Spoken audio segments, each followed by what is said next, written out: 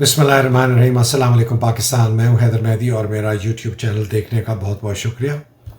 ناظرین، آج چار باتیں کرنی ہیں۔ سب سے پہلے بائیڈن کے کامنٹس، چھوٹی سی مختصر ایک تجزیہ کروں گا۔ اس کے بعد جو بائی الیکشن ہوں گے میں اس کی ڈیٹیلز میں نہیں جاؤں گا، لیکن اپنا ایک تجزیہ پیش کروں گا کہ وہ ہمیں کیا دکھاتی ہے۔ اس کے بعد عمران واپس پاور میں کس طرح آ سکتے ہیں، الیکشنز کیسے ہو سکتے ہیں، اور آخر میں ہمیں کن قسم کے ریفارمز کی ضرورت ہے۔ سب سے پہلے بائیڈن کے کامنٹ۔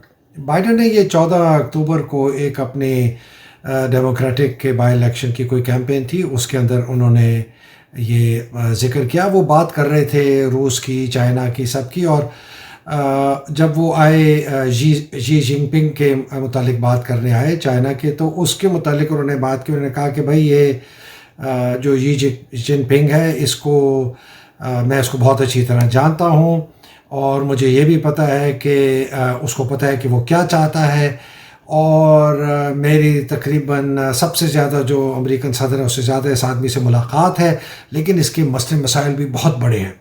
جی جن پنگ جو چائنا کے چیئرمین ہیں کمیونسٹ پارٹی کی۔ اب وہ کہتا ہے کہ اس مسئلے کو ہم کیسے ڈیل کریں۔ پھر وہ کہتا ہے ہم اس مسئلے کو کیسے ڈیل کریں روس میں جو آج کل ہو رہا ہے اس سے ملا کر، اور پھر اسی کے ساتھ اس کا اگلا سینٹینس ہے، اور پھر میں یہ سمجھتا ہوں کہ پاکستان جو ہے وہ دنیا کے سب سے خطرناک ترین ملکوں میں سے ہے، اس لیے کہ ان کے پاس جوہری ہتھیار ہیں، جس کے اوپر اس کی نظر میں انہوں نے ورڈ استعمال کیا کوہیژن نہیں ہے۔ مطلب یہ تھا کہ کوئی کسی قسم کی کنٹرول نہیں ہے، کوئی پابندی نہیں ہے، کوئی آپس میں ہم آہنگی نہیں ہے۔ تو یہ ان کا مقصد تھا۔ اب یہ اس کو اگر آپ ایک کانٹیکسٹ میں پڑھیں نا کہ امریکہ پاکستان سے چاہتا کیا ہے، امریکہ کے پاکستان سے دو سب سے بڑے مقاصد ہیں۔ پاکستان کو چائنا اور رشیا سے دور رکھے، اور دوسرا ہمارے جو نیوکلیئر ہتھیار ہیں اس پر قابو کر لے۔ یہ اس کے سب سے بڑے دو مقاصد ہیں۔ باقی جو اس کے ساتھ جڑے ہوئے ہیں وہ بات کی بات ہے کہ ہندوستان اور اسرائیل اور یہ اس کے سب سے بڑے مقاصد ہیں۔ تو یہ میں نے بین نارٹن سے ایک انٹرویو کیا تھا، اس انٹرویو سے پہلے، جس ویلاگ سے پہلے، پلیز آپ ضرور دیکھیے گا۔ وہ بہت بڑے جرنلسٹ ہیں، ان کی بہت گہری نظر ہے امریکن امپیریلزم کے پر۔ وہ بالکل سمجھاتے کہ امریکہ یہ کیسے دوسرے ممالک میں کرتا ہے، کس طرح ان کی فوج پہ قابو کرتا ہے، کبھی سپریم کورٹ کو پکڑتا ہے، کبھی ان کی الیکشن کمیشن کو پکڑتا ہے، اور انہوں نے بڑی مثالیں دیں برازیل کی، ارجنٹینا کی، اس طرح بولیویا کی، مختلف ملکوں کی۔ وہ ضرور آپ انٹرویو دیکھیں گا، آپ کو بہت کلیئرلی سمجھ آئے گا کہ امریکہ کا گیم پلان کیا ہے۔ یہ جس طرح بلاول نکھٹو نے کہا ہے نا کہ نہیں ایسے ہی کہہ دیا، ایسے نہیں کہتے۔ امریکن جو صدر ہوتے ہیں ان کے پاس ٹاکنگ پوائنٹس ہوتے ہیں، پوری بریفنگ ہوتی ہے، ان کو پتہ ہوتا ہے انہوں نے کیا کہنا ہے۔ یہ بڑی سوچی سمجھی ان کی کامنٹ تھا، اور یہ کہنے کا مقصد یہ تھا کہ آہستہ آہستہ وہ پبلک اوپینین بلڈ کرنا شروع کر دیں، اور وہ اس طرح کا یہ بوگی بڑھاتے رہیں گے کہ پاکستان جو ہے وہ انسٹیبل ہو گیا ہے، پاکستان ایکسٹریمسٹ کے ہاتھوں میں جانے کا ڈر ہے، ان کا نیوکلیئر جو کمانڈ اینڈ کنٹرول سٹرکچر ہے وہ کمزور ہے، کہ کل کو جب ان کو یہاں ہمارے اوپر انویڈ کرنا پڑے۔ اور یہ میں آپ کو بتا دوں، یہ ایک دن وہ تیاری اپنی پبلک اوپینین کی کر رہے ہیں کہ پاکستان پہ جب اگر کبھی ہم نے حملہ کیا یا ہم نے فوجیں اتاری، تو دیکھو میں آپ کو سال پہلے کہہ رہا تھا کہ پاکستان کا یہ جو جوہری ہتھیار ہے یہ خطرے میں ہے۔ بلاول کا جو رسپانس ہے نا، میں تو اس کے متعلق بس صرف یہی کہہ سکتا ہوں کہ اگر آپ کو بھی نہیں پتہ چلا آج بھی کہ پاکستان کے دوست کون ہیں اور پاکستان کے دشمن کون ہیں، اندر رہنے والے لوگ، اگر آپ کو ابھی تک نہیں پتہ کہ ہماری سیکیورٹی رسک بلاول ہے، شہباز ہے، نواز ہے، زرداری ہے، اور میری نظر میں جنرل باجوہ ہے، تو آپ کو پھر پتہ نہیں کہ پاکستان کے اصل دشمن کون ہے۔ بائی الیکشنز پہ آ جائیں، میں ڈیٹیل میں جاتا، سب پتہ ہے کیا ہوا، کس نے کتنی سیٹیں جیتی، کون سی ہاری۔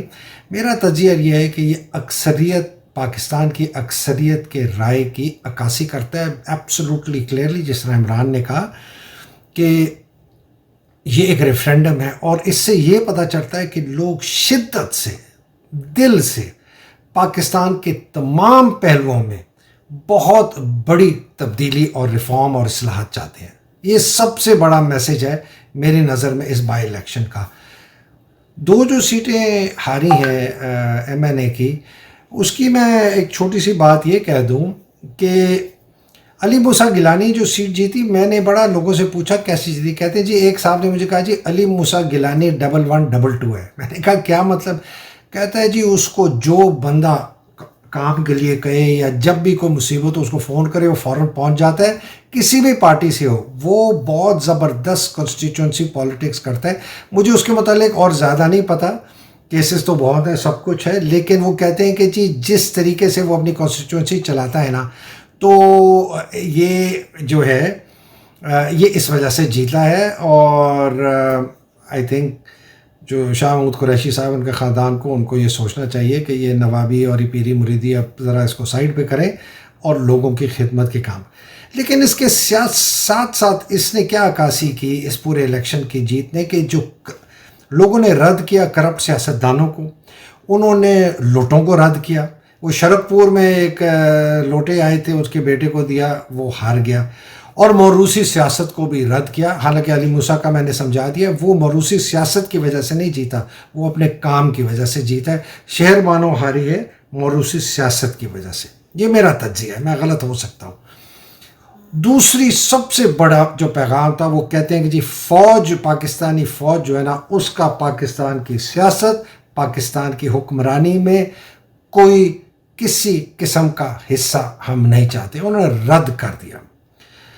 اور خاص طور پر جس طرح سے انہوں نے رد یہ پیغام دیا کہ جس طرح سے افواج پاکستان کے لیڈرز نے ایک مافیا کی طرح ایک جو ایلیٹ کیپچر ہے پاکستان کی اشرفیہ، جو کرپٹ اشرفیہ ہے، اس کو سپورٹ کیا ہے پچھلے 6 مہینے میں، جس طرح ہم نے دیکھا ہے، اس کو بھی رد کیا. اس میں آپ کے کرپٹ پولیٹیشین چارے میں ہے، اس میں آپ کے منافق قسم کے آپ کے جو مذہبی لیڈر ہیں فضل الرحمان جیسے، آپ کی جو کہیں جہاں جہاں نظر آئی ہے بکی ہوئی عدلیہ، الیکشن کمیشن، آپ کی بیوروکریسی، آپ کی پولیس، سب اس قسم کا جو جتنا یہ سپورٹ اشرفیہ کو ملا ہے افواج پاکستان کی لیڈرشپ سے، اس کو بھی رد کیا اور اس ایلیٹ کیپچر کو بھی رد کیا. اور عمران کی ویژن کو گلے لگایا. عمران کی کیا ویژن ہے؟ عمران کی بڑی سمپل ویژن. عمران کی کرپشن کے خلاف جدوجہد، اس کی جنگ، اس کی قانون کی بالادستی کی جنگ، اصلاح اور تبدیلی کی جنگ، آزاد پاکستان اور آزاد خارجہ پالیسی کی جنگ، عزت نفس کی جنگ ہر پاکستانی کے لیے، سیلف ریسپیکٹ کی جنگ، اور ایک ایسی سماجی بہبود کی اسلامی ریاست کا قیام جہاں ہر خاص و عام کو ایک ہی قسم کے مواقع ملیں گے. یہ عمران کا ویژن ہے. یہ آپ ذرا کلیئرلی دیکھیں، یہ اس کا ویژن ہے. اس کو میں ریپیٹ ایک دفعہ کرتا ہوں، ذرا غور سے کریے کیا ویژن ہے اس کا. ویژن: کرپشن کے خلاف جنگ، قانون کی بالادستی، اصلاح اور تبدیلی، ڈیپ روٹڈ ریفارم پاکستان کے اندر، آزاد پاکستان، آزاد پاکستان کی خارجہ پالیسی، سیلف ریسپیکٹ، عزت نفس، چھاتی اٹھا کے ہم دنیا میں پھریں، اور ایک سماجی بہبود کی اسلامی ریاست. اچھا، یہ اسلامی ریاست مدینہ جو کہتے ہیں لوگ اس کو بہت سمجھتے ہیں یہ سوشل ویلفیئر سٹیٹ ہے، کہ مطلب یہ ہے کہ جو غریب ہے نا اس کو ہم نے غربت سے ہٹانا. یہ جی میری نظر میں تجزیہ کہ یہ بائی الیکشن نے ہمیں دکھایا کیا ہے. اب آخر میں سیکنڈ لاسٹ جو پوائنٹ ہے کہ عمران یہ پاور میں کیسے آ سکتا ہے. دیکھیں جی، اس کے کچھ 6-7 پہلو ہیں میری نظر میں. یا تو پہلے یہ ہے کہ شہباز، نواز، زرداری جو ہے وہ ہوش آ جائے ان کو، اور وہ دیکھ لیں جس کو کہتے ہیں رائٹنگ آن دا وال، جو دیوار پہ لکھا ہے وہ نظر آ جائے، اور وہ اسمبلیوں کو تحلیل کر دیں. پہلے تو یا جد صاحب نے یہ ساری پاکستان کے ساتھ غداری کر کے امریکہ کے ساتھ مل کے ان لوگوں لٹیروں کو لائے، جنرل باجوہ صاحب، ان کو بھی ہوش آ جائے اور وہ بھی دیکھیں کہ یار یہ حالات بڑے ہیں، اور وہ کسی طریقے سے شہباز کو کہیں کہ بھائی تم الیکشنز کو تحلیل کرو، اور زرداری جی کو تحلیل کرو، اسمبلی اور کریں. یہ دوسرا ہے. تیسرا یہ ہے کہ نہیں کرتے. 27 نومبر کو یہ صاحب چلے جاتے ہیں، نیا آرمی چیف آتا ہے، وہ دیکھا ہے کہ کتنے قتل و غارت ہونے کا امکان ہے، کیا حالت ہو گئی ہے پاکستان کی. اس کو بھی کوئی عقل آ جائے، دیوار پہ لکھی ہوئی لکیر جو ہے لفظ نظر آ جائیں، رائٹنگ آن دا وال جس کو کہتے ہیں، وہ شہباز کو کہے کہ ختم کریں، زرداری کو ختم کرے، پریشر ڈالے. تو یہ ایک طریقہ.